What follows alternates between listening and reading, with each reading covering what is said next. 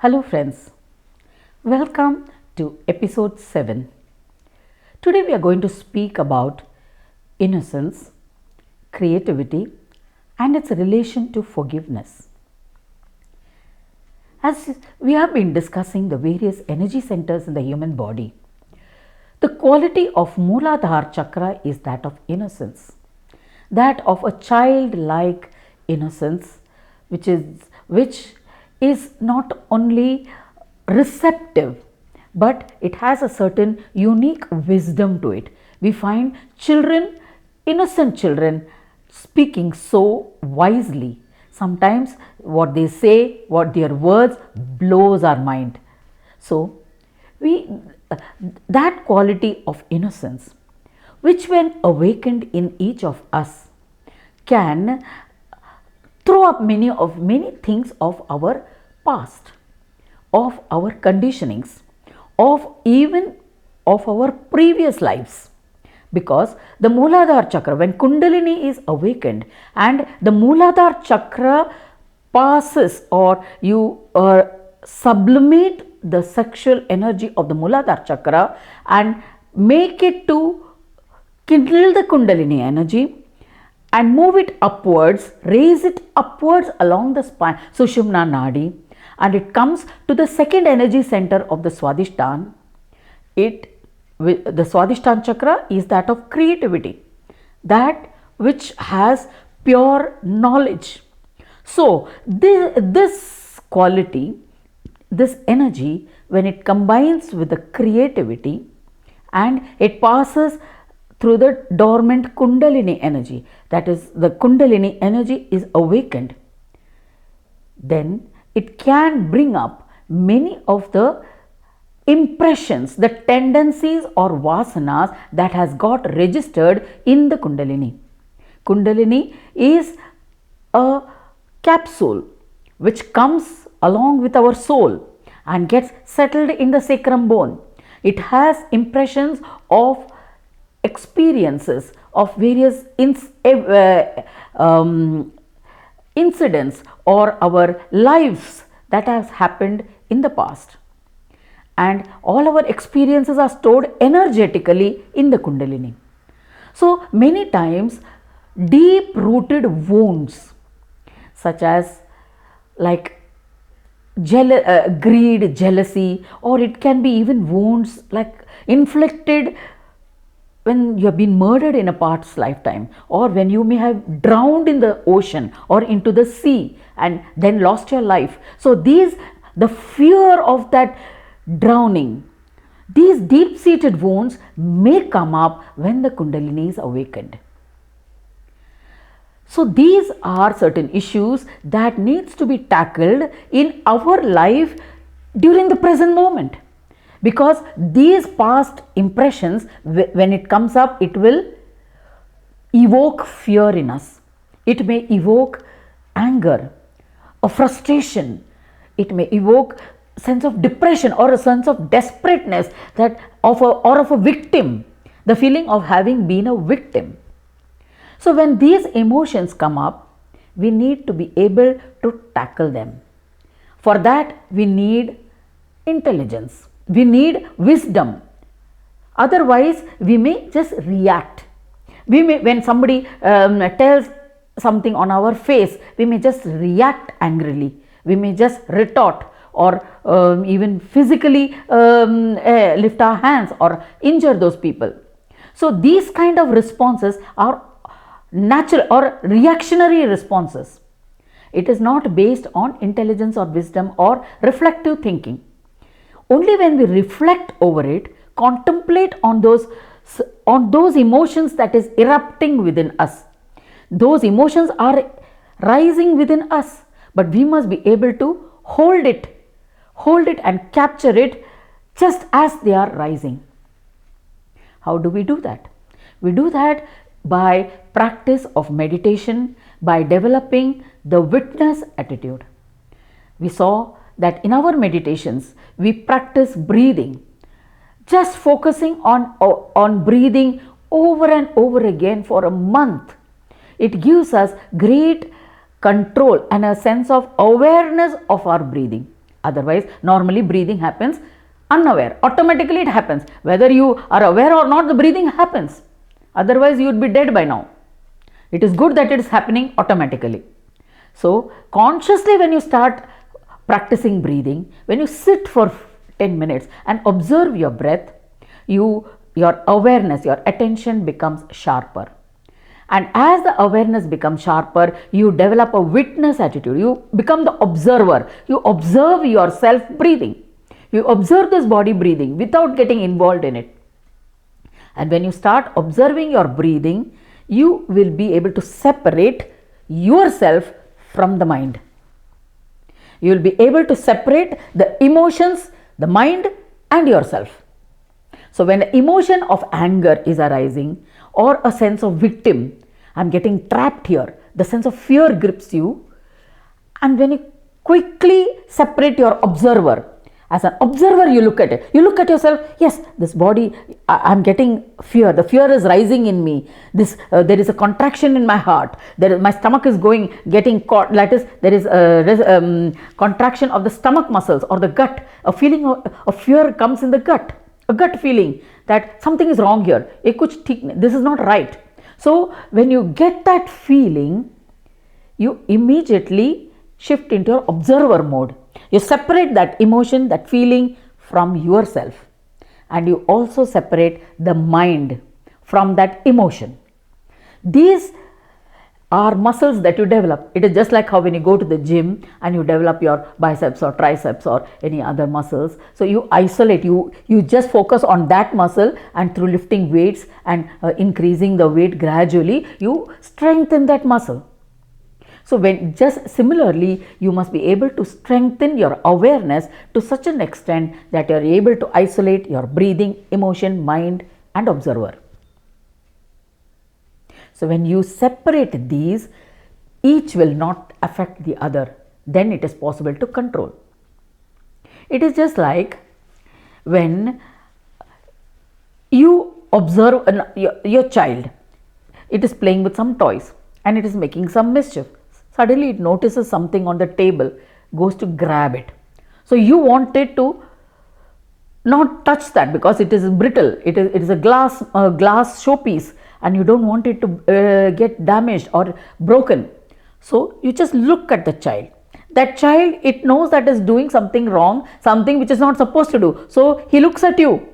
When he looks at you, you look at it with a certain glance at the child, immediately it will not go and touch that object, right? So it is just like your brain, your emotions are like these children. So if you just put your awareness as an observer, kataksha, that sharp eyesight on that, it will stop in its track. So when it stops in its track, it will not react what it has been doing habitually. So when we are able to change that, bring about that subtle shift in our response, that is called response, it is not reaction. So then we are able to change our response. We will not react as we normally do. Normally we may be either angry, shout or throw things here and there. Instead of that, if you know that this anger is coming up, that thing in the stomach is rising, so I should control myself. I should not get hold of any object in my hand. I should just calm down. So then you might say, okay, let me have a glass of water. Automatically you subdue that rising anger in you, and thereby you change your response totally. And then you are so calm that you may react intelligently. You may actually say something sensible to that person, or you may just avoid that person altogether. It is your choice. You have a choice and you can make the appropriate choice.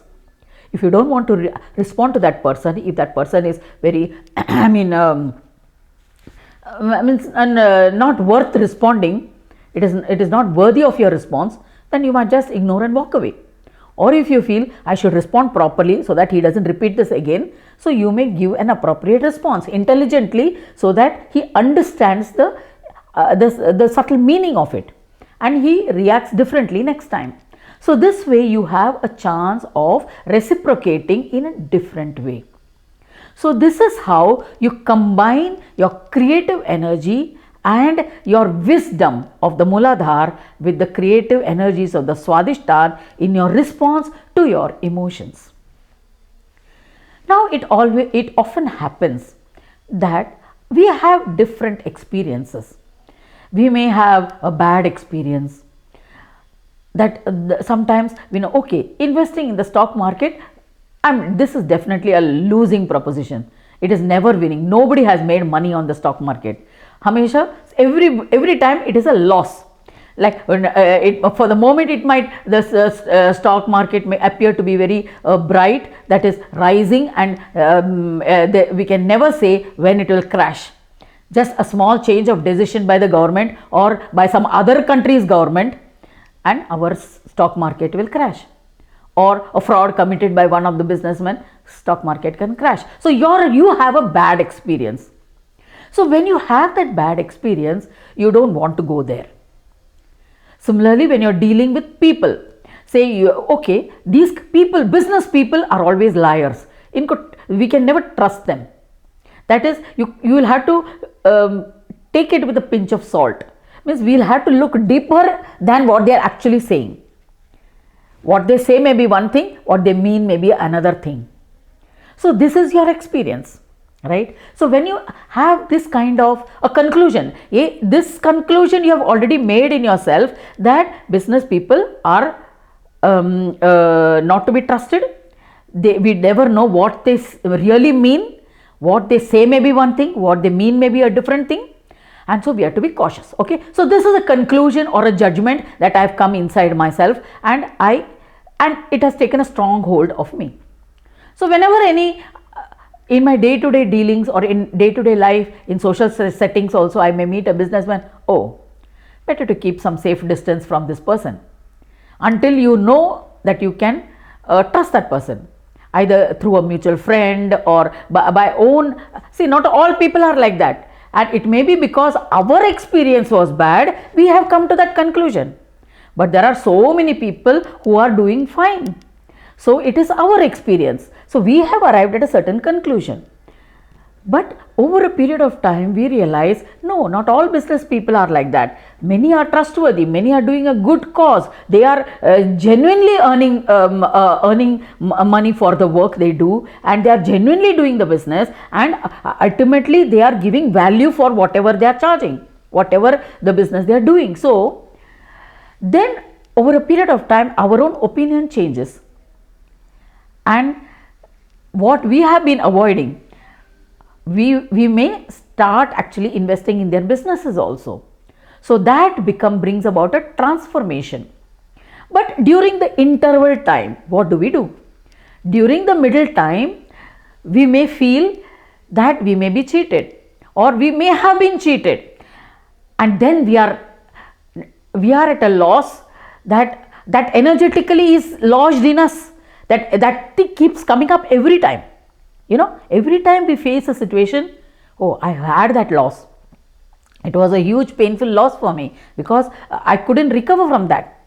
Or I may have been even hospitalized, or my family might have been hospitalized because of that. Then what do? You have to activate your Agya Chakra, and that is forgiveness.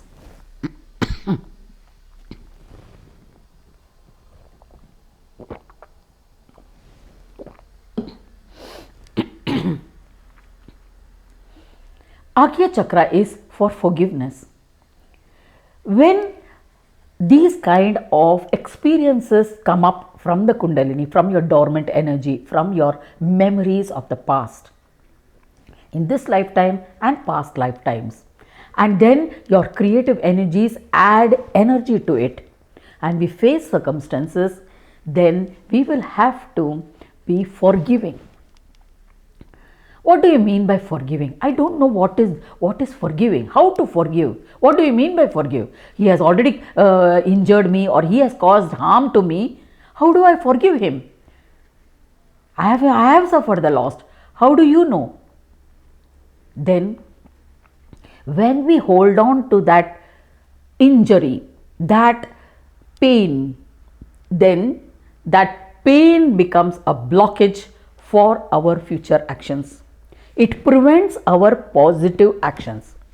Unless that pain is released, that energy of the pain is released, that energy of that hurt or of the harm done is released, you will find yourself caught up in situations which keep repeating over and over again.